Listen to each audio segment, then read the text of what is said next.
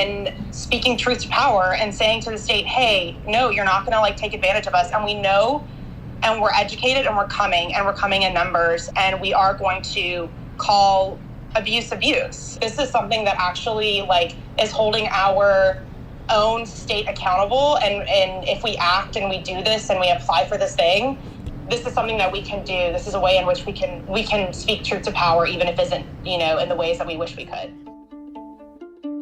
Hey, this is Epicenter-NYC. We connect our communities to news, information, and each other. I'm your host, Amber Castillo. Black Lives Matter protesters who participated in demonstrations in New York City in the summer of 2020 are now at the center of what is considered the largest protest settlement in history. Nearly 1,400 individuals are now eligible to receive $9,950 each. But a critical deadline looms. Protesters have until January 22nd to file their claim, after which any unclaimed funds will return to the city coffers. This situation raises urgent questions about awareness, access, and the broader impact of such settlements. Today, Eliana Perozo talks to Epicenter-NYC's Danielle Hyams to explore the nuances of the SAU versus the City of New York lawsuit, understanding the intricacies and the stakes involved. Eliana was arrested on June 2nd, 2020 during a protest and filed her own claim in under 60 seconds. Now, she wants more people to do the same. I was hoping that you could tell me a little bit about your time as a protester and what you saw that's contributed to this settlement taking place.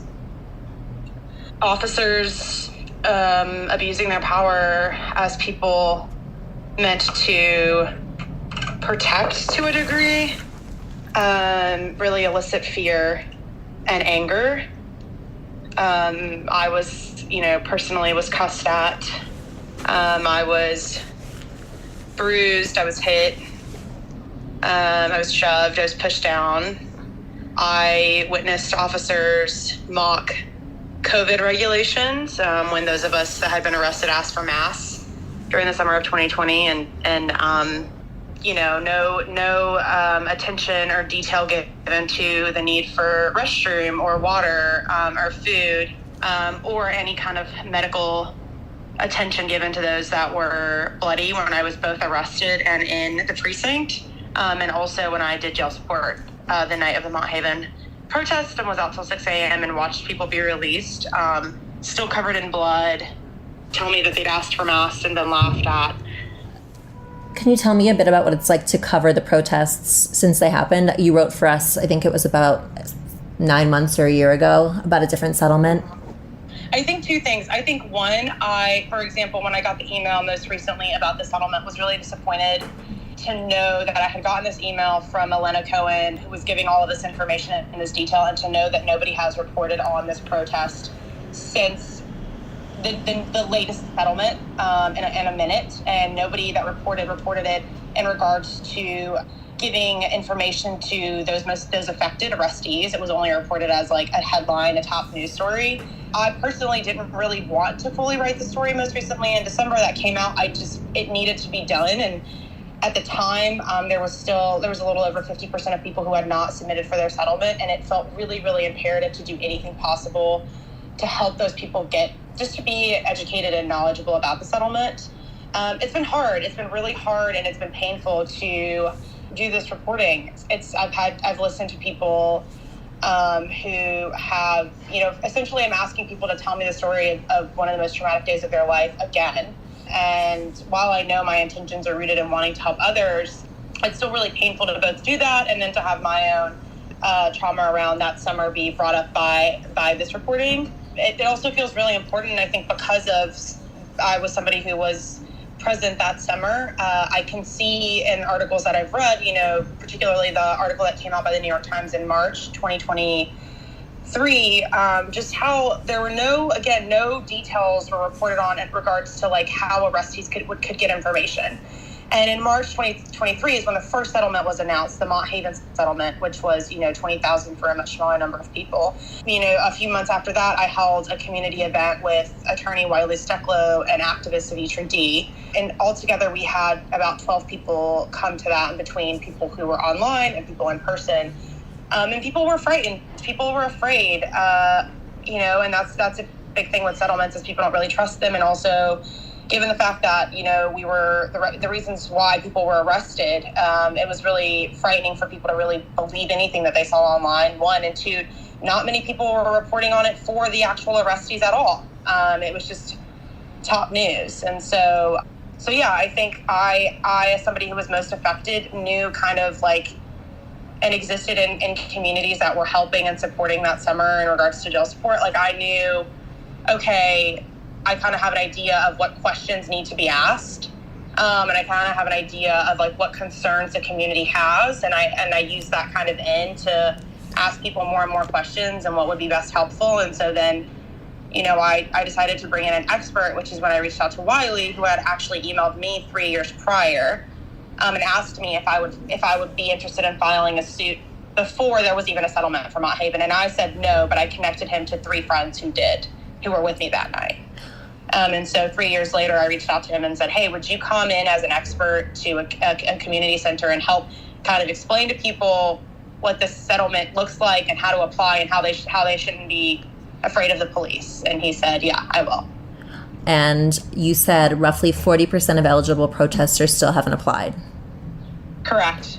And is that due to a mix of both fear and just lack of information? Actually, no. I think when I interviewed Ben Myers and Eliana Cohen, I learned that actually the number that they're at, 60%, is a huge number. And there's been like just an abundance of outreach. And I mean, I know because I've received that outreach myself. I do think that a lot of people don't take settlements seriously. I think there's not enough conversation about it in the media. I think that this is a huge fail on journalism, like local journalism and community journalism.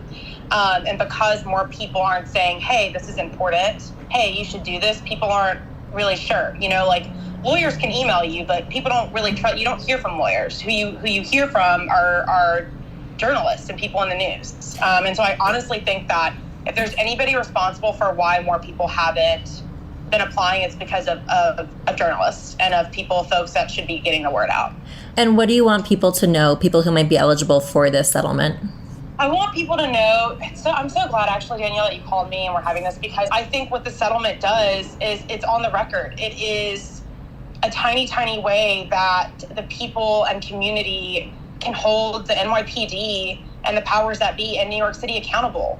And it feels really important, when I spoke with Eliana and she informed me that the percentage of people who applied for the settlement after the RNC convention in 2004, that was a huge protest, was 30%.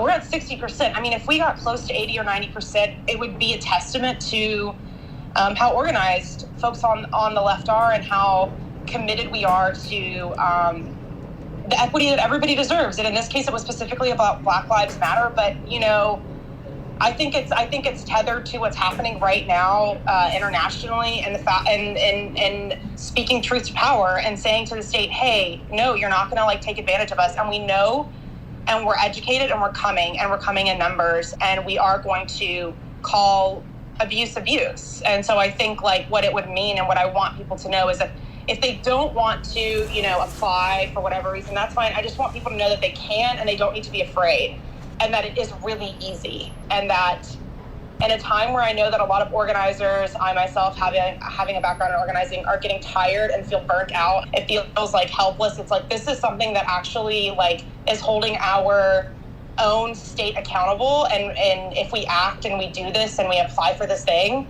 this is something that we can do. This is a way in which we can speak truth to power, even if it isn't, in the ways that we wish we could. The 3 main protests that have the highest number of unsubmitted claims are the May 29th protests at Barclays Center, the June 2nd protests at Union Square, and the June 3rd protests on the Upper East Side.